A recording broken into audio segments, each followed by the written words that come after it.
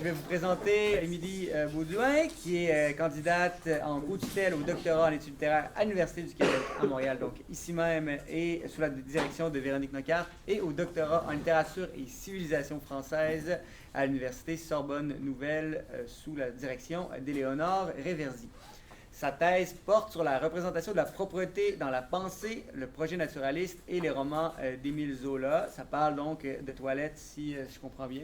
Ouais, toilettes corporelles. Les cabinets de toilettes, c'est mon mémoire de maîtrise. Ah oui, bon. C'est ça. Parfait, donc c'est dans la continuité. Donc le titre de ta conférence est « Des âmes plus claires en des corps plus lavés, analyse de la représentation de la propreté chez les ecclésiastiques dans l'œuvre romanesque zolienne ». Merci.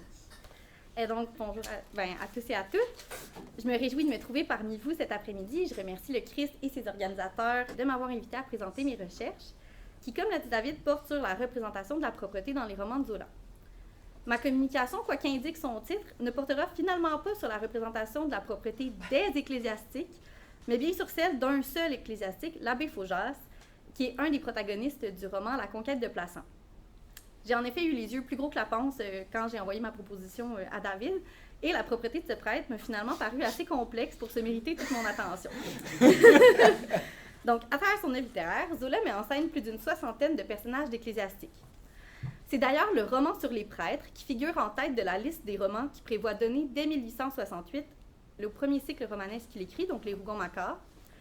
C'est donc, pour reprendre une formule d'Henri Mitterrand, qu'il est, je cite, « manifestement attiré et agacé par le prêtre ». Cet intérêt de Zola pour la représentation des ecclésiastiques a évidemment déjà été mis en lumière par la critique zolienne. Pierre Ouvrard rappelle à cet égard, et je cite, qu'il ne suffit pas de dire que dans les Rougon-Macquart, la description de la société française a nécessairement conduit Zola à rencontrer les personnages de prêtres. Pour comprendre le rapport de l'écrivain à ces personnages, mais aussi à la religion et au cléricalisme qui a cours à son époque, il faut plutôt considérer son cheminement spirituel, esthétique et idéologique, comme le fait Béatrice Laville dans un article de romantisme qui a été publié en 2013. Zola, écrit la chercheuse, comme tous les hommes de son temps, a reçu une formation intellectuelle nourrie de culture religieuse. Mais, continue-t-elle, dès son entrée dans la vie active, il se frotte à une pensée tournée vers la science, le progrès et la foi en l'éducation. Nourri de ces influences, Zola appartient donc, explique Laville, à ce mouvement de pensée anticlérical qui refuse l'imposition d'une vérité révélée comme appréhension unique du monde, tout comme il s'oppose à l'implication de l'Église dans les affaires du pouvoir et dans l'éducation. Comme le remarque de son côté Sophie Guermès, l'un des objectifs du naturalisme zolien est de saper les fondements du christianisme en s'attaquant au catholicisme qui présente le paradoxe d'être encore tout-puissant, bien que moribond. Ceci engendre de nombreuses représentations peu flatteuses des membres du clergé dans les romans, d'où, pour le dire avec Sophie Guermès, les représentants du catholicisme sortent si peu grandis, complices de toutes les compromissions. Cette brève synthèse des positions de Zola vis-à-vis de l'Église et de ses représentants est nécessaire à la lecture que je m'apprête à faire de la conquête de Plassans, car ces positions influent sur la représentation de l'ecclésiastique dans celui-ci. Dans le cadre de cette communication, je m'intéresserai cependant moins aux motivations qui poussent Zola à représenter un personnage associé au clergé dans son roman, qu'à la façon dont sa représentation, dans le 4e volume des Rougon-Macquart, s'arrime à un autre des intérêts fondamentaux du romancier de son siècle, l'hygiène et la propreté. En plus de mettre en lumière cet arrimage, je vais tâcher de montrer que celui-ci affecte la poétique même du roman. Mais, avant d'entrer dans l'analyse de la conquête, un dernier effort de contextualisation me paraît nécessaire. Je souhaite plus précisément m'arrêter sur la citation qui se trouve au début du titre de ma présentation, qui éclaire, selon moi, l'importance qu'acquiert la propreté, en particulier sur les plans moral et religieux, dans la société française du 19e siècle. Cette citation, qu'Anne Martin-Fugier rapporte dans son ouvrage La place des bonnes, est attribuable à une féministe de la fin du 19e siècle, Madame Caro Delvaille. Celle-ci rapporte, selon l'historienne, en réponse à un article de La Fronde paru en juillet 1899, qui propose de loger les servantes dans les appartements des maîtres, elle écrit que cette proposition lui semble impossible, les bonnes sentant trop mauvais. Elle croit néanmoins que les nouveaux outils techniques et que l'enseignement offert en matière de propreté en ce tournant du siècle pourront éventuellement permettre un tel changement des coutumes. Je la cite, « Quand l'enseignement comme l'organisation matérielle auront fait à nos servantes des âmes plus claires en des corps plus lavés, croyez que toutes les femmes de la bourgeoisie seront heureuses de loger leurs domestiques près d'elles. » Fin de la citation. Le 19e siècle est en effet une période où se répand la croyance selon laquelle, écrit la baronne Staff en 1899, la propreté rapproche les individus des anges de lumière. Toujours selon cette autrice, un corps net est le complément obligé d'une nature chaste, d'un esprit réservé, des façons décentes. À cette époque, écrit Marie-Ange Fougère, le rôle politique des hygiénistes se manifeste donc dans l'émergence d'une conviction. Inculquer la propreté, c'est chasser les vices. De tels propos sont avancés dès les années 1830. Comme l'écrit Madame Selnard dans son Manuel des dames, je cite, « L'hygiène, qui entretient la santé, qui nourrit l'esprit d'habitudes d'ordre, de pureté, de modération, est par cela seule l'âme de la beauté, car cet avantage précieux tient surtout à la fraîcheur d'un corps sain, à l'influence d'une âme pure. » En 1821, le rapporteur du Conseil de salubrité de Paris, Victor de Mauléon, affirme même, comme le rappelle Alain Corbin, que, je cite, « L'hygiène est souveraine contre les vices de l'âme et qu'un peuple ami de la propreté l'est bientôt de l'ordre et de la discipline. » L'hygiène, qui se définit au 19e siècle comme un art de conserver la santé, se rapporte ainsi tant à l'entretien des milieux et des corps qu'à celui des âmes et prend en compte une importante perspective morale qui se trouve parfois confondue, comme le montrent les propos de la baronne Staff, avec une perspective sacrée. De ce fait, tout au long du siècle, chacun et chacune, dans la mesure de ses conditions sociales et matérielles, aspire alors à se munir de ce gage symbolique que contient la propreté. Or, si, et je cite ici Alain Corbin, l'influence reconnue du physique sur le moral valorise le propre et l'ordonné, qu'en est-il des représentants du clergé? Ceux-ci ont en effet pour modèle des saints tels que saint Jérôme de Stridon, qui affirme, comme le montre l'extrait qui est affiché à l'écran, que la saleté est un indice de la netteté de l'âme. Il recherche souvent par ailleurs l'ascétisme, perçu comme une pratique purificatrice. L'influence de l'hygiénisme atteint-elle au 19e siècle les communautés religieuses, comme elle atteint progressivement le reste de la société française? Puisque les membres du clergé ne sont pas soumis au même code que leurs ouailles, ce sont de telles questions qui motivent la forme interrogative que j'ai donnée dans mon titre à la citation de Mme Caro Delvaille. Selon mes recherches, deux tendances coexistent au fil du long 19e siècle. La première est celle qui exemplifie les pratiques certes extrêmes d'un prêtre catholique français de l'époque, Jean-Marie Vianney, aussi connu sous le nom de curé d'Ars. Dans le miasme et la jonquille, Alain Corbin relate en ces termes les comportements de ce prêtre à l'air angélique. Je cite, « Obsédé par le modèle des grands ascètes du passé, inspiré par la légende dorée, le curé d'Ars refuse que quiconque se préoccupe de son intérieur. Il donne ses vêtements aux pauvres, néglige de changer sa soutane. Par humilité, il recherche l'odeur nauséabonde, annonciatrice du sort réservé à cette dépouille qu'il a hâte de quitter. Ce que son entourage nous rapporte informe sur son absence d'hygiène dentaire et sur la mauvaise odeur de son haleine. » C'est la fin de la citation. Sans penser que tous les ecclésiastiques se prêtent à de telles pratiques excessives, l'exemple du curé d'Ars montre néanmoins ce que les convictions spirituelles pouvaient entraîner de résistance face aux nouvelles normes hygiéniques du 19e siècle. La seconde tendance est plutôt celle d'un intérêt certes modéré, mais bel et bien présent des institutions religieuses pour le soin de propreté. Certains ouvrages destinés aux jeunes séminaristes et quelques témoignages livrés par les ecclésiastiques de l'époque en rendent compte. Dans son manuel d'hygiène à l'usage des élèves des écoles normales primaires, des écoles spéciales, des lycées, collèges, séminaires, publié en 1867, le docteur Louis-Cyprien Dessieux affirme en effet, et je cite, que le luxe de propreté est utile et même nécessaire au maintien de la santé publique.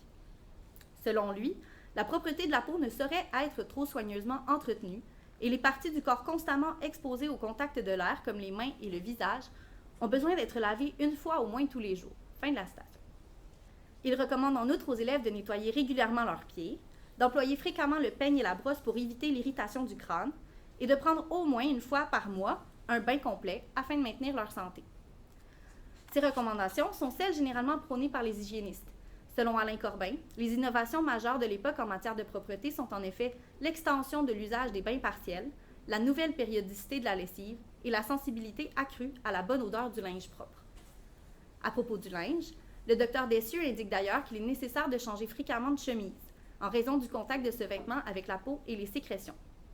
Dans ce traité, l'attention à la propreté corporelle est ainsi présentée sinon comme une nécessité, du moins comme un soin auquel devraient couramment se livrer les jeunes gens, et notamment ceux qui s'apprêtent à entrer dans les ordres. Il en va de même dans l'ouvrage de l'abbé Choiset, le petit séminaire Saint-Bernard de Plombières-les-Dijon, Histoire et souvenirs, publié en 1896. Dans ce texte, qui relate l'histoire et les anecdotes de ce séminaire de province, l'ecclésiastique affirme lui aussi que, je cite, « Dans toute maison d'éducation, la propreté, la bonne tenue, l'ordre et la discipline, même extérieure, sont choses extrêmement précieuses. Lorsqu'il relate les activités quotidiennes des séminaristes, il ne manque pas de souligner l'attention que ceux-ci doivent porter à leur toilette à leur lever, puis après la messe. Dans un chapitre spécifiquement dédié à la santé, il rappelle en outre la devise antique « Mens sana in corpore sano » qu'il traduit par la formule « une âme vaillante dans un corps robuste », avant de rendre compte des pratiques de propreté et de lessive qui avaient cours au séminaire. Selon lui, je cite, « La propreté, une nourriture bien préparée, une grande netteté dans le linge et les vêtements, des bons soins quand on est souffrant ou malade, sont choses partout nécessaires, mais surtout dans une maison d'éducation. » L'abbé Choiset apporte ensuite dans ce passage une précision importante sur l'hygiène du séminaire. Sans doute, écrit-il, sur ce point comme sur bien d'autres, le petit séminaire n'a pas atteint du premier coup à la perfection, et les élèves de 1825, même ceux de 1830 et de 1840, n'eurent pas les douceurs dont peuvent jouir ceux de 1895. Que l'on n'aille pourtant pas croire pour aujourd'hui à un luxe et à un superflu qui n'existent pas et qui ne doivent pas exister dans une école cléricale. Mais rien de ce qui est nécessaire ou simplement utile n'est négligé ou refusé. Fin de la citation. Ce commentaire dénote à la fois l'intérêt, ou du moins la tolérance du clergé pour les soins de toilette, et le décalage qui a cours jusqu'à la toute fin du siècle entre les prescriptions des hygiénistes et l'application de ces préceptes par la société française, notamment faute de moyens techniques et économiques pour se livrer à une toilette approfondie. Ces différentes positions à l'égard de la propreté témoignent, à mon sens, de la pertinence d'interroger les représentations du rapport à la propreté des ecclésiastiques dans les œuvres littéraires. Zola, qui prend appui sur de nombreux ouvrages religieux lors de la préparation de ses romans, s'appuie-t-il sur les discours chrétiens pour peindre les portraits de ses prêtres fictionnels? Ou est-ce plutôt, sous sa plume, l'influence des discours hygiénistes qui l'emportent? De façon générale, comment Zola s'approprie-t-il ces différents discours et comment nourrit-il sa vision singulière des prêtres, voire la poétique des textes qui les mettent en scène? Voilà les questions qui m'occupent dans le cadre de ma thèse et qui me permettent à présent de plonger dans l'analyse. La conquête de Plassans, que Zola publie en 1874, fait le récit des manœuvres souterraines d'un prêtre ambitieux, l'abbé Faujas, envoyé par les artisans du pouvoir bonapartiste afin de reconquérir la ville. Dans cette sous-préfecture de province, les légitimistes ont en effet triomphé aux dernières élections. Il s'agit donc de faire élire un candidat qui soit favorable au gouvernement de Napoléon III. Afin de mener à bien son entreprise et avec l'aide de quelques membres de sa famille, l'abbé Faujas conquiert progressivement la maison de Marthe et de François Mouret. La situation géographique de cette demeure et ses tranquilles propriétaires permettent en effet aux prêtres de se rapprocher sans en avoir l'air des sociétés bourgeoises qui se rencontrent dans les jardins voisins. Jetant en outre Marthe dans la dévotion, l'abbé en fait sa créature. Au fil du roman, cette dévotion se transforme pour celle-ci en un véritable amour non réciproque pour l'abbé. Rejetée par Faujas, elle devient alors hystérique et se rue de coups sous l'effet de ses crises. Le prêtre, qui craint qu'on demande à Mouret de se présenter aux élections en tant que candidat républicain, profite alors de cette diversion et s'arrange pour que la rumeur accuse son mari de l'abattre. François est ainsi interné comme fou à l'asile des Tulettes, sous une fausse accusation, tandis que le prêtre remporte ses élections. Sa victoire, toutefois, n'est que de courte durée. Le roman se termine sur la revanche que prend sur lui Mouret, alors qu'il est réellement devenu fou et que, parvenant à s'évader de l'asile, il revient s'immoler dans sa demeure avec ses locataires, après que sa propre famille en a été évincée.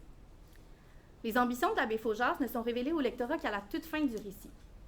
Seuls quelques indices, livrés par une narration ayant constamment recours à une focalisation externe lorsqu'elle décrit l'ecclésiastique, permettent de cerner ses projets politiques. Dans ce roman de la dissimulation, où l'hypocrisie est le maître mot, Marie-Ange Voisin affirme ainsi qu'une lecture active est requise, consistant à soupçonner les apparences, à décoder les mensonges. C'est alors entre autres grâce à sa fausse apparence de propreté, comme on le verra dans la première partie de ma démonstration, que l'abbé Faujas convertit les différents partis qui sont représentés à Plassans. Dans la seconde partie, où je m'intéresserai plus particulièrement à la poétique du texte, je montrerai que son stratagème est toutefois continuellement neutralisé dans la trame narrative et dans le système des personnages qui l'opposent hygiéniquement au Mouret. Le parcours politique de l'abbé Faujas se divise en 3 temps. On assiste d'abord à son humble arrivée dans la ville de Plassans, après qu'il a été renvoyé de Besançon pour, dit-on, avoir failli étrangler son curé dans une querelle, et à la suite de son implication dans une grande affaire industrielle qui a mal tourné. Puis, le lectorat le suit à travers sa lente conquête de la ville, menée sous le couvert de la mise sur pied de 2 œuvres charitables destinées à la jeunesse. Sa réussite, enfin, est consacrée lors de l'élection de son candidat. Ces 3 temps de la campagne politique sont ponctués dans le roman par les transformations de l'apparence de l'abbé et en particulier par celles que subissent ses vêtements et sa toilette corporelle. Si le luxe et la coquetterie grandissante de l'abbé a déjà fait couler beaucoup d'encre, sa propreté est quant à elle souvent laissée de côté par la critique. C'est donc plus spécifiquement à celle-ci que je vais m'intéresser aujourd'hui. Lors de son arrivée à Plassans, l'abbé Faujas apparaît d'abord au Mouret et à la ville comme un homme pauvre, mais propre. Si lui et sa mère n'ont que très peu de bagages, ce qui révèle à Mouret leur dénuement lorsqu'il les accueille afin de leur louer une chambre, on sait toutefois que dans ceux-ci se trouve au moins un outil de toilette essentiel, c'est-à-dire un peigne, ainsi que du linge en relative quantité. Ce détail annonce leur capacité future à en changer et donc à rester relativement propre. La soutane de l'abbé, bien que très usée, est en outre qualifiée de très propre par la narration. Mais cette humble apparence du prêtre, pense Mouret, n'est pas propice à sa réussite dans la sous-préfecture. Après que ses locataires se sont installés à l'étage, Mouret dit en effet à sa femme que ce n'est pas un beau cadeau que Besançon fait à Plassans et que ça l'étonnerait beaucoup si les dévotes couraient après cet abbé-là. Il est trop râpé, les dévotes aiment les jolis curés. La mise de l'abbé obsède rapidement le père de famille car elle lui semble énigmatique. Mouret trouve d'abord, et je cite, que ce prêtre apporte chez lui une odeur mystérieuse, un inconnu presque inquiétant. Incapable de pénétrer les secrets de son intimité, il est vite agacé de ce mystère. Je cite le texte. Il déblatéra contre les prêtres. C'étaient tous des cachetiers. Ils étaient dans un tas de manigances auxquelles le diable ne reconnaîtrait rien. Ils affectaient une pruderie ridicule, à ce point que personne n'avait jamais vu un prêtre se débarbouiller. Il finit par se repentir d'avoir loué à cet abbé qu'il ne connaissait pas. C'est donc en particulier quand sont mentionnées son odeur corporelle et ses pratiques de toilette que transparaît le caractère mystérieux, impénétrable et inquiétant du prêtre. Celui-ci découle peut-être de la conception que se fait Zola des ecclésiastiques. Dans l'un des feuillets de ses notes générales sur la marche de l'œuvre, qui correspondent à l'acte de naissance des Rougon-Macquart, l'écrivain divise en effet la société du Second Empire en 5 mondes. Les 4 premiers sont le peuple, la bourgeoisie qui est elle-même divisée en 2 mondes, le grand monde, composé de hauts fonctionnaires et des hommes politiques. Il ajoute à ceux-ci un monde à part, celui de la putain, du meurtrier, de l'artiste et du prêtre. Pierre Ouvrard suppose ainsi que l'écrivain considère les prêtres comme, je cite, des êtres inquiétants parce que différents, à part de l'humanité commune, ou encore monstrueux, c'est-à-dire hors de la norme, ce que corrobore l'impression produite par la toilette impénétrable de l'abbé sur Mouret. Incapable de savoir comment se lave le prêtre, le propriétaire ne peut en effet évaluer s'il s'agit bien d'une âme claire en un corps lavé. Il me semble alors que c'est en raison de sa nature dissimulatrice que la propreté du prêtre devient, dans le texte, un signe de danger. Mais nous y reviendrons. Pour l'instant, je me contenterai de noter que les prédictions de Mouret à l'égard des prochains insuccès de son locataire s'avèrent justes. La mise pauvre de l'abbé le rend en effet infréquentable aux yeux de la petite société bourgeoise de Plassans, comme en témoigne la citation affichée à l'écran. Le texte insiste sur la crainte que ressentent les bourgeois à l'égard de ce prêtre en apparence peu recommandable. Alors qu'on le sait propre, il montre plus spécifiquement l'abbé comme une personne salissante. Je cite le texte. Les jupes s'écartaient sur son passage, comme s'il avait dû les salir, et les habits noirs se détournaient avec de légers ricanements. Sa pauvre mine lui permet cependant d'obtenir les confidences de M. de Condamine, ce qui montre tout le talent de l'abbé en ce qui a trait à l'instrumentalisation politique de son apparence. C'est la citation qui est à l'écran. Cette instrumentalisation politique de la mise est fondamentale pour comprendre le portrait du pouvoir impérial que peint Zola non seulement dans ce roman, mais plus généralement dans l'ensemble du cycle des Rougon-Macquart. En effet, sous sa plume, les intérêts politiques bonapartistes côtoient souvent, sinon toujours, les questions hygiéniques et cosmétiques. C'est le cas dans la conquête de Plassans, où l'une des rares discussions politiques ouvertement menées entre les convives de l'abbé Faujas donne lieu ensuite à un échange portant sur les pratiques de lessive d'un autre personnage d'ecclésiastique, l'abbé Surin, comme le montre la citation à l'écran. S'il en est ainsi, c'est que Zola considère que le Second Empire consacre le règne des apparences trompeuses et des exploitations théâtrales du corps. Dans la conquête, l'une des discussions que mène le prêtre avec Marthe, afin de faire avancer l'un de ses projets, donne d'ailleurs lieu à l'apparition de l'un des motifs privilégiés de cette hypocrisie des apparences sous la plume zolienne, celui du plâtre. Lorsque Marthe se trouve avec l'abbé Faujas dans la chapelle en rénovation où ils se rencontrent, la narration nous montre en effet l'abbé s'inclinant devant le maître-autel, couvert de plâtre. Or, le plâtre, ersatz de la pierre, est selon Philippe Hamon une métaphore à forte connotation morale chez Zola. Ainsi que l'écrit ce chercheur, le plâtre masque, cache, trahit un phare sur un bâti qui peut alors être, en dessous, aussi médiocre qu'on voudra. Et, comme de fait, c'est en se montrant pour un temps bien mis que l'abbé Faujas parvient à conquérir Plassans. Peu de temps après son arrivée dans la sous-préfecture, il a d'abord le soin de se munir d'une soutane neuve. À partir de ce moment, nous apprend Mouret, le prêtre entre, et je cite, en odeur de sainteté auprès de la société bourgeoise de Plassans, et en particulier de Marthe, qui s'émeut des senteurs nouvelles qu'elle découvre sur Faujas et qui s'en trouve peu à peu charmée, comme en témoignent les citations à l'écran. Cette attention à la mise n'est toutefois qu'un subterfuge visant à séduire les femmes de la ville, dont l'influence agit de façon déterminante sur les orientations politiques de Plassans. Si, je cite, « ces dames l'aimaient bien mis, vêtues d'une façon cossue et douillette », la narration révèle en effet que lui, l'abbé Faujas, devait rêver la lutte à point fermé, sans souci du haillon. Le peu de souci qu'aurait en réalité le prêtre pour ses vêtements est ici le signe de sa nature malpropre, qu'il dissimule ingénieusement. Une nature qui ne tarde pas à être révélée au lectorat. En effet, dès qu'il obtient l'élection de son candidat, le masque de sa probité hygiénique tombe et on découvre sa saleté fondamentale. Je cite le texte. « Depuis qu'il était maître de Plassans, il redevenait sale. Son chapeau était rouge, ses bas se crottaient, sa soutane, reprisée chaque matin par sa mère, ressemblait à la look lamentable, usée, blanchie qu'il portait dans les premiers temps. Il n'y avait pas de bravade dans son cas, c'était une pente naturelle. Maintenant qu'il croyait ne plus avoir besoin de plaire, il retournait à son dédain de toute grâce. Son triomphe était de s'asseoir tel qu'il était, avec son grand corps mal taillé, sa rudesse, ses vêtements crevés, au milieu de Plassans conquis. Deux choses sont à souligner dans ce passage. D'une part, cet extrait indique que l'abbé redevient sale après sa victoire, alors que sa première apparition dans le texte était, on l'a vu, inscrite sous le sceau de la propreté. Il me semble alors qu'on peut tirer deux interprétations de ce retour à la saleté. D'un côté, le texte pourrait ici renvoyer à l'impression de saleté que donnait autrefois l'abbé à la bourgeoisie de Plassans, lorsque celle-ci le méprisait en raison de son apparente pauvreté. Son évaluation hygiénique serait alors alliée à la perception des bourgeois, sur les propos desquels s'appuie d'ailleurs régulièrement la narration. De l'autre, et c'est plutôt cette interprétation qui me semble la plus intéressante, il pourrait aussi indiquer une saleté fondamentale de l'ecclésiastique dans la pensée zolienne, laquelle est corroborée par la mention de la pente naturelle que suit l'abbé lors de ce retour à la saleté.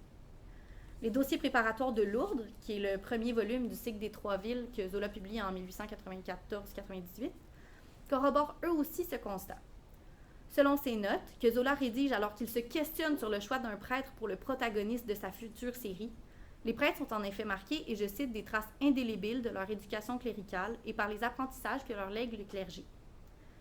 La propreté momentanée de l'abbé, même lorsqu'affirmée par la narration, pourrait ainsi n'avoir été toujours qu'un leurre. L'extrait présenté, d'autre part, souligne le dédain de toute grâce que ressent l'abbé Faujas au moment de sa victoire. Il me semble alors que le texte évoque ici le peu de souci qu'il se fait non seulement de l'opinion des bourgeois, mais également de celle de Dieu, lorsqu'il se permet de redevenir sale. Plutôt que de le rapprocher des symptômes puants que j'ai évoqués en introduction, la description de sa mauvaise hygiène le rattache en fait à une autre figure, maîtresse de la dissimulation et de la tromperie, celle du diable. Je cite le texte. « Plassans, en effet, dut le prendre mal peigné.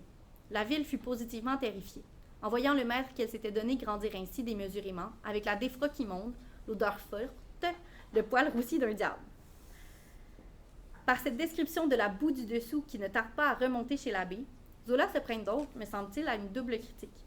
Il attaque ici d'une part le cléricalisme de son temps, qui permet à des hommes hypocrites, c'est-à-dire à des hommes aux intentions douteuses et aux ambitions démesurées, d'agir sur la vie publique sous le couvert du manteau de la religion. D'autre part, c'est aussi aux apparences menteuses, propres au régime bonapartiste dans la pensée zolienne, que me semble s'attaquer l'écrivain, car elle dissimule chez le prêtre politicien une nature diabolique. Sous le règne de Napoléon III tel que le conçoit Zola, on peut cependant soupçonner qu'un maître aussi peu soucieux du paraître ne fera pas long feu. C'est du moins ce que suggère Madame de Condamine, l'une des coquettes bourgeoises de la ville, lorsqu'elle sermonne l'abbé au lendemain des élections. Je la cite. « Savez-vous que ces dames commencent à vous détester? Elles vous accusent de ne plus faire le moindre frais de toilette. Eh bien, vous avez tort de vous négliger. C'est à peine si votre barbe est faite, vous ne vous peignez plus, vos cheveux sont ébouriffés comme si vous veniez de vous battre à coups de poing. Je vous assure, cela produit un très mauvais effet.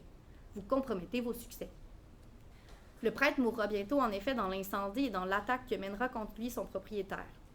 Dans cette finale, il me semble que c'est alors la revanche du propre sur l'apparence de propreté que consacre le roman, en même temps qu'il signe la revanche de Mouret. Afin de comprendre de la sorte la fin du roman, il faut interroger la poétique même du texte et le rapport que celui-ci établit, tout au long du récit entre l'abbé, les mourets et les motifs du propre et du sale. J'en viens alors à la seconde partie de ma démonstration, soit celle de l'observation des procédés qui sont mis en place dans l'intrigue et dans le système des personnages, afin de neutraliser les tentatives de dissimulation de cet agent du désordre qu'est véritablement l'abbé Faujas. Au lendemain des élections, l'abbé Faujas est présenté comme une influence inconnue qui vient de déranger absolument les chances prévues des différentes candidatures en rompant l'alliance des légitimistes et des républicains. Ce caractère dérangeant du personnage est inscrit dans le schéma narratif même du roman. Son arrivée dans la demeure des Mourets est l'élément perturbateur qui dérange le quotidien paisible de la famille. Puis, son influence grandissante mène progressivement, au fil des péripéties, au dérangement des bonnes habitudes ménagères des propriétaires et au desserrement des liens qui les unissent. C'est enfin en raison de sa toute-puissance néfaste sur Marthe et sur les bourgeois de la ville que les époux finissent dérangés, la première sous l'effet de l'hystérie et le second sous celui de la folie, avant que Mouret ne rétablisse l'ordre dans sa demeure en la faisant brûler. Mon hypothèse est que la mise en intrigue et le système des personnages se fondent dans ce roman sur une opposition constante entre l'ordonné et le désordonné, entre le propre et le sale, entre le rangé et le dérangé, et entre les valeurs qui leur sont associées dans les discours moraux et médicaux du 19e siècle. Comme on le verra, ce procédé d'opposition permet au roman de mettre en lumière la nature désordonnante de l'abbé Faujas et d'en neutraliser, du moins partiellement, les tentatives de dissimulation, bien avant que sa quête de pouvoir ne soit révélée au lectorat. Le roman s'ouvre sur une scène de vie familiale fort bucolique. Marthe, qui attend le retour de son mari, est entourée de ses enfants sur la terrasse de leur maison et profite de la paix du soir pour repriser un bas.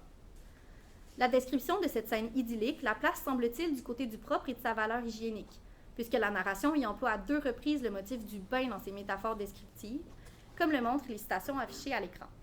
Mais, au 19e siècle, le motif du bain a une valeur ambiguë. La prise du bain, si elle est recommandée par les hygiénistes, est en effet régie par de nombreuses contraintes: température de l'eau, durée de l'immersion, périodicité selon le sexe, l'âge et le tempérament. Comme l'écrit Alain Corbin, que je cite, « Le bain ne constitue pas une banale et quotidienne pratique de propreté.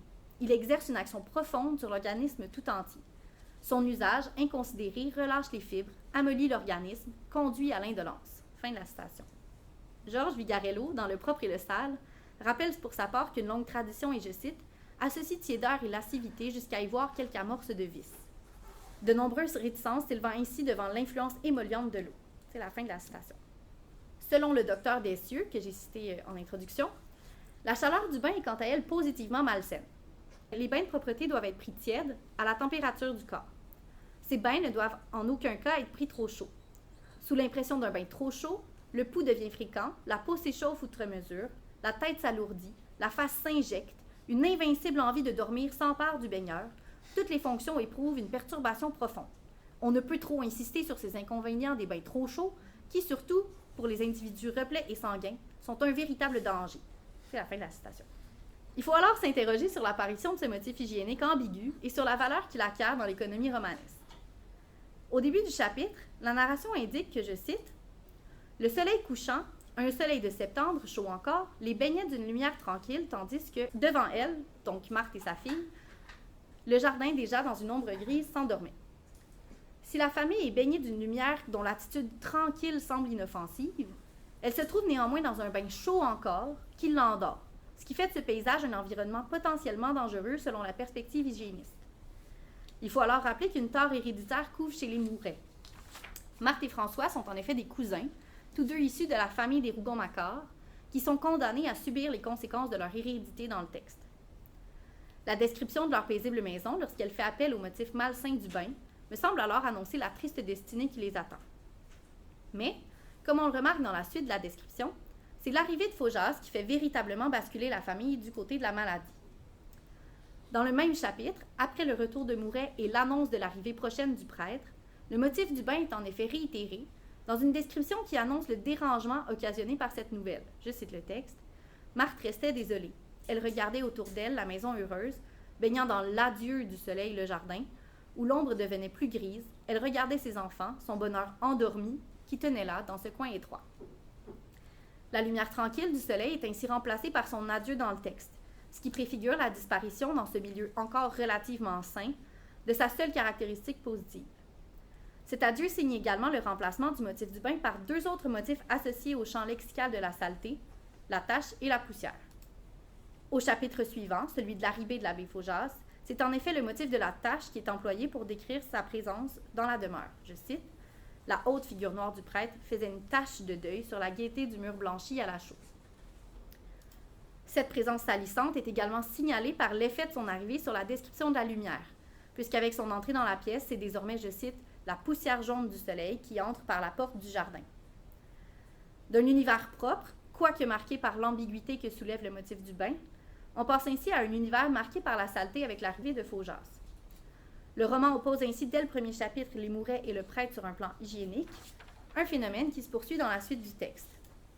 Le récit mentionne en effet constamment la propreté du ménage, et notamment la blancheur des draps des Mouret, la bonne odeur de linge frais que dégage Marthe, ou encore le soin que Mouret a de la tenue de son jardin et de ses allées, que l'on dit tenue bourgeoisement.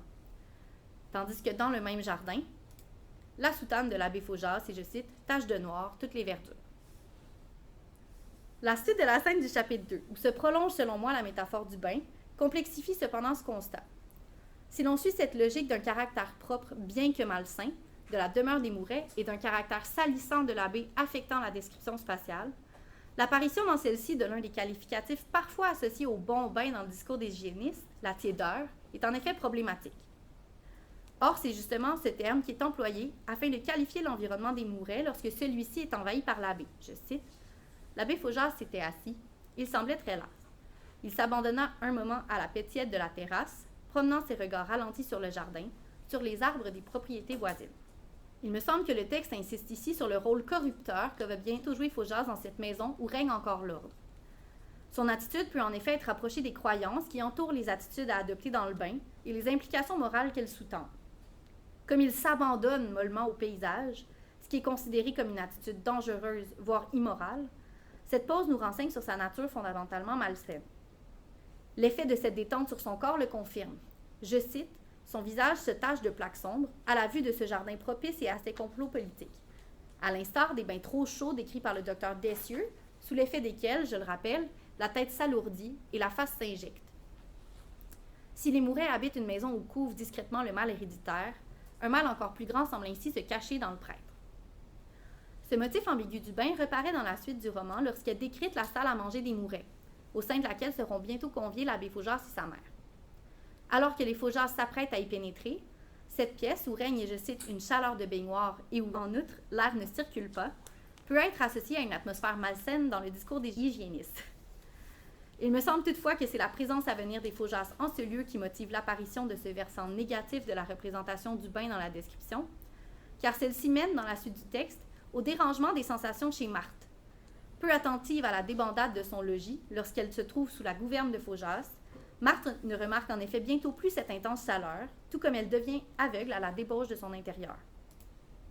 Au chapitre qui suit celui où le prêtre accepte de réfléchir à devenir son confesseur, la narration, en rapportant les pensées de Marthe, précise que jamais la maison de la rue Balande ne lui avait paru plus tiède.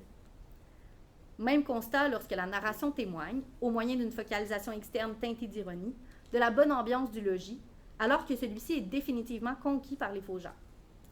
Je cite le texte, « Le poêle ronflait, la pièce était toute tiède. Ce fut un hiver charmant. » Dans cette scène, Désirée, la dernière des enfants qui restait encore chez les Mouret, vient pourtant tout juste d'être envoyée chez une nourrice parce que sa mère ne s'en occupe plus et qu'elle la dérange. Les Faujas y obtiennent en outre de leurs propriétaires qu'ils dînent désormais quotidiennement avec eux sous les soins attentionnés de Rose, leur servante, tandis que Mouret, lui, je cite, « reste oublié, mange avec des onces de pique-assiette et n'a pour lui que les taquineries de Rose. » Insister sur l'absence de sensation des personnages face à la température détraquée de leur intérieur, c'est dire, il me semble, l'emprise qu'a le prêtre, agent du désordre, sur le logis. La description du personnage de François Mouret et de ses actions quotidiennes permet elle aussi d'apprécier la progression de ce désordre dans le texte. Mouret est en effet présenté comme un personnage qui, je cite, « aime l'ordre en toutes choses », jusqu'à en être ridicule. Dès sa première apparition dans le texte, son grand souci de l'ordre transparaît au travers de ses préoccupations. C'est l'arrivée des Faujas qui bouscule ses bonnes habitudes et l'entraîne à délaisser, pour un temps, son amour de l'ordre. Afin de questionner sa servante, dans l'espoir d'en apprendre plus sur le prêtre, Mouret va notamment s'asseoir, je cite, « au milieu des torchons et des épluchures de la veille, qui traînent dans la cuisine. » Sa curiosité le mène aussi à passer la matinée à l'épier, ce qui, je cite, « emplit les heures vides qu'il passait auparavant au logis, à tatillonner, à ranger les objets qui traînaient, à chercher des querelles à sa femme et à ses enfants. L'espionnage de Faujas mène donc à un relâchement des pratiques de propreté chez son propriétaire, qui ne se soucie plus autant de son environnement et qui ne range plus. Elle l'empêche aussi de laver son linge sale en famille, pour reprendre une expression chère à Zola, ce qui, on le sait, aura des conséquences désastreuses pour l'unité de son ménage. Une réflexion de Mouret confirme dans la suite du texte cette langue débâcle de la maison. Je cite: « C'est insupportable, murmura Mouret en essuyant la poussière d'une petite console. Cette rose laisse tout à l'abandon. » S'il constate ici le désordre réel dans lequel se trouve sa demeure, Mouret est pourtant dupe dans la première partie du récit quant aux motivations de ce dérangement, qui découle de la présence de Faujas chez lui. Il affirme en effet à sa femme que celle-ci, je cite, « se trompait en croyant que cela dérangerait leur existence de Louis II. » La conquête de Faujas est ainsi bel et bien fondée sur l'apparence d'ordre que donne sa présence au logis, comme elle l'est sur le plan politique, sur son apparence corporelle. C'est d'ailleurs souvent par des prétextes liés au propre que l'abbé et sa mère parviennent, au début du roman, à obtenir les renseignements nécessaires à ses projets politiques, comme le montrent les 2 extraits suivants. La scène du chapitre 4, où Mouret est invité par l'abbé à visiter sa chambre sous le prétexte d'une inquiétante tache se trouvant sur le mur, le montre elle aussi. Cette visite permet à l'abbé Faujas de mener Mouret à lui révéler les opinions politiques et les histoires des bourgeois et des membres du clergé qui se réunissent dans les jardins voisins, car il en profite pour s'approcher de la fenêtre, d'où on peut les voir. Cette scène est fondamentale pour évaluer la force du prêtre à la dissimulation et son rapport dans l'économie romanesque à une propreté trompeuse. Alors que celui-ci habite une chambre que l'on disait plutôt dans le texte nauséabonde en raison des fruits qui y étaient auparavant conservés, l'abbé réussit en effet, par son attention à la propreté de la pièce, à camoufler aussi bien cette odeur ancienne que sa vie privée. La chambre, dont le carreau est, je cite, net comme une glace, possède désormais, selon Mouret, je cite, une odeur particulière. Elle sentait le prêtre, pensait-il. Elle sentait un homme autrement fait que les autres, qui souffle sa bougie pour changer de chemise, qui ne laisse traîner ni ses caleçons ni ses rasoirs. Plus loin, on indique combien cette netteté est problématique pour le propriétaire, car elle l'empêche de lire dans l'intimité de l'abbé. Je cite, « Ce qui le contrariait, c'était de ne rien trouver d'oublié sur les meubles, ni dans les coins qui pût donner matière à hypothèse. La pièce était, comme ce diable d'homme, muette, froide, polie, impénétrable. » Il s'agit évidemment ici moins de montrer que l'abbé répond à de quelconques attentes hygiéniques que de mettre en évidence comment la propreté, qui efface les traces de sa vie humaine, lui permet de dissimuler ses véritables projets. Si la stratégie du prêtre réussit à lui donner une apparence de probité aux yeux des propriétaires de la maison, le lectorat, lui, assiste néanmoins à la débandade de plus en plus prononcée de leur intérieur sur le plan hygiénique. La servante, Rose, est en effet conquise par les Faujas et n'a bientôt plus de soins que pour le confort de l'abbé. Marthe, de son côté, délaisse lentement toutes ses obligations de ménagère afin de le servir. C'est alors à Mouret que reviennent ses responsabilités, comme s'en plaint le personnage à sa femme, dans un échange qui, on le notera, a assez mal vieilli et qui fait aujourd'hui sciller nos oreilles de féministes. Je cite, « Et il ramenait un torchon qui traînait, serrait une bouteille de vin oubliée, essuyait la poussière des meubles du bout des doigts. Je n'ai plus qu'à prendre un balai, n'est-ce pas, et à passer un tablier de cuisine. Tu tolérerais ça, ma parole d'honneur. Tu me laisserais faire le ménage sans seulement t'en apercevoir. Sais-tu que j'ai passé 2 heures ce matin à mettre cette armoire en ordre? Non, ma bonne, ça ne peut pas continuer ainsi. » Mais, peut-être sous l'effet amollissant de son intérieur, Mouret ne s'oppose pas à la domination du prêtre. Comme l'indique la narration, il laisse plutôt les choses aller, se mettant lui-même au ménage, donnant un coup de balai quand la salle à manger lui paraît trop sale. Épuisé à la peine de cette lourde tâche et plus encore par le départ de ses enfants, par les sournoiseries de sa bonne et par le délaissement dans lequel le laisse sa femme, il cesse ultimement ses anciennes pratiques de propreté. Je cite, « Mouret était assis au milieu de la pièce, devant la grande table vide, couverte d'une épaisse couche de poussière, sans un livre, sans un papier. Il se renversait contre le dossier de sa chaise, les bras ballants, la tête blanche et fixe, le regard perdu. » Sa servante fait alors le compte-rendu de sa déchéance à Madame Faujas, laquelle deviendra plus tard l'un des arguments décisifs en faveur du diagnostic de folie chez Mouret. Je cite, « Il m'a donné froid aux os, dit Rose en redescendant. Avez-vous remarqué ses yeux? Et quelle saleté! Il y a bien 2 mois qu'il n'a posé une plume sur le bureau. » La question de la folie présumée de Mouret est traitée d'une façon particulièrement intéressante du point de vue de son rapport à la propreté dans le roman. Je dois ici rappeler que dans l'ébauche de la conquête, dont vous avez un extrait ici, Zola indique vouloir soigner d'une façon particulière l'accusation de folie chez ce personnage encore doté de toute sa raison. Je cite le dossier préparatoire. « Puis, un grand morceau d'analyse, mais d'analyse en action, pour montrer que rien n'a plus l'air d'un fou qu'un homme possédant tout son bon sens. Multiplier les petits faits. Faire voir que la logique devient de la folie pour certains bourgeois de province. Cette partie, la plus originale, doit avoir du développement. Il faut la mêler intimement au récit, aux autres personnages. À mon sens, c'est alors entre autres sur le plan de l'hygiène que se joue cet essentiel développement de la scène et les liens qui l'unissent au récit. Mouret est en effet notamment interné en raison d'accusations ayant trait à sa prétendue saleté, une saleté qu'on l'accuse de porter tant sur les plans politiques, moral que physiques. Lorsqu'on le croit violent et qu'on craint qu'il se présente quand même aux élections, Mouret est en effet accusé par sa belle-mère, et je cite, de se mettre de toutes les sales affaires. Félicité fait suivre ce constat d'un autre, qui signe plus définitivement sa condamnation. Elle prétend en effet que Mouret, je cite, n'a jamais eu l'intelligence bien nette, ce qui, me semble-t-il, donne l'idée à Faujas de faire répandre la rumeur que son propriétaire est fou. C'est alors en insistant sur sa prétendue saleté que la rumeur arrive ensuite à le faire interner sous un faux prétexte. Si l'accusation de violence conjugale pèse lourd dans le dossier contre Mouret, ce sont en effet les rumeurs qui se répandent au sujet de sa saleté qu'il condamne définitivement aux yeux des bourgeois de Plassans.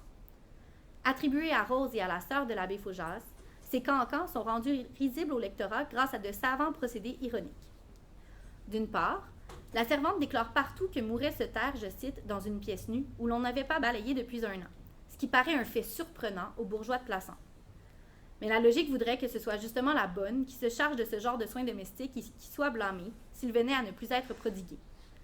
En mettant dans la bouche de la servante le cancan sur la saleté de la maison, Zola montre la candeur des bourgeois à l'égard de ce qui se passe chez les Mouret et leur aveuglement quant au motif réel de cette corruption.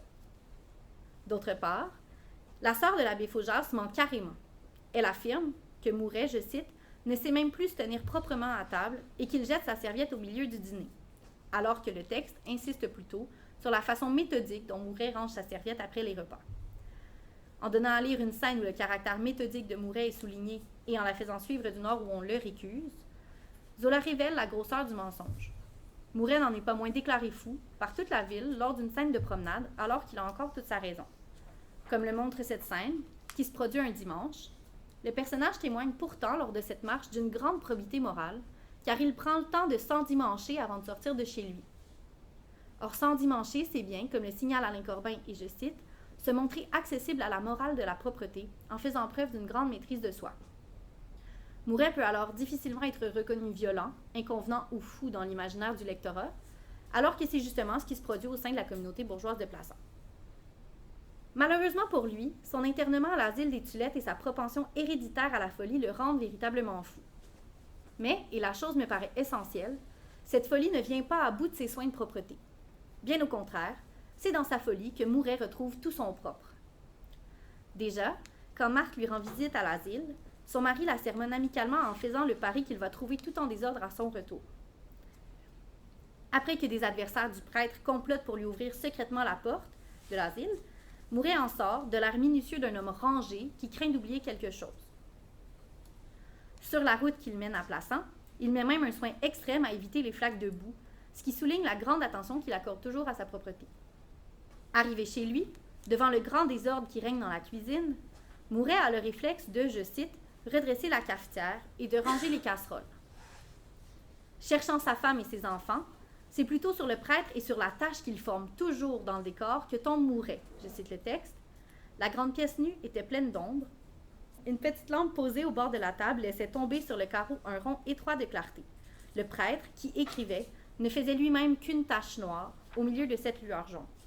Voyant la maison vide, le propriétaire s'applique alors à nettoyer le plancher proprement, pour reprendre la formule de l'un des personnages du roman, au moyen d'un feu purificateur.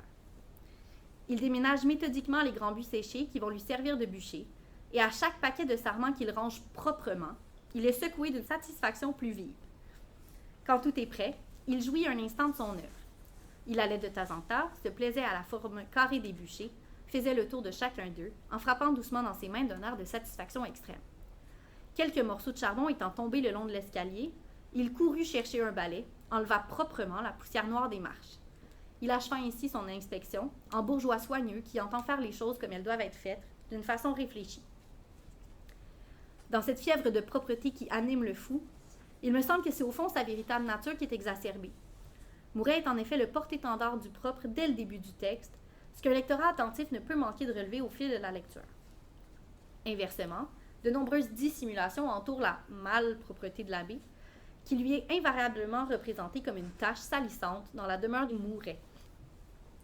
Bien que, comme le prédisait la nature malsaine du paysage, les protagonistes soient ultimement condamnés, le feu ordonné dans lequel meurent Mouret, Faujas et sa famille restaure alors l'ordre initialement dérangé par l'abbé.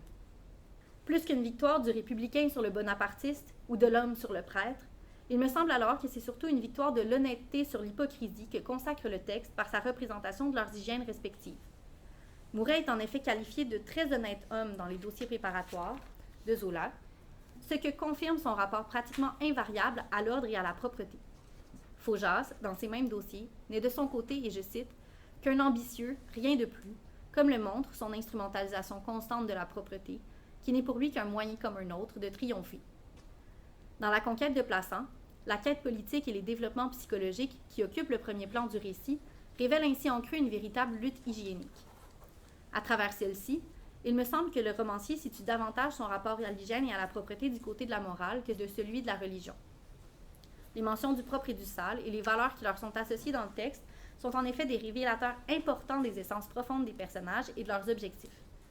Dans ce récit d'une conquête politique souterraine, où chaque événement, chaque intention, chaque vérité ne sont que suggérées, ils deviennent, selon la formule de Philippe Perrault, et je cite, des éléments cruciaux de la panoplie signalétique sur laquelle se fonde la trame narrative et le système des personnages qui les opposent. C'est peut-être ce qui explique que la question du pur et de l'impur ne soit que très peu soulevée dans ce roman, où un prêtre est pourtant l'un des protagonistes, alors qu'elle est fondamentale, par exemple, à la représentation de Serge Mouret dans La faute de l'abbé Mouret. Les dossiers préparatoires permettent cependant d'apprécier l'importance, pour la représentation du prêtre politicien, d'un tel rapport hypocrite à la propreté.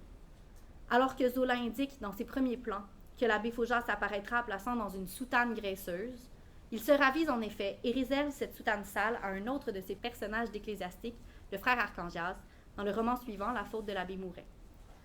Si celle-ci est remplacée dans le texte publié de la conquête par une soutane propre, il me semble, et c'est là-dessus que je conclurai, que c'est bien parce que la propreté instrumentalisée par Faujas lui permet de mettre en relief le jeu des apparences et la capacité du prêtre à cacher ses ambitions dans une société où le cléricalisme triomphe.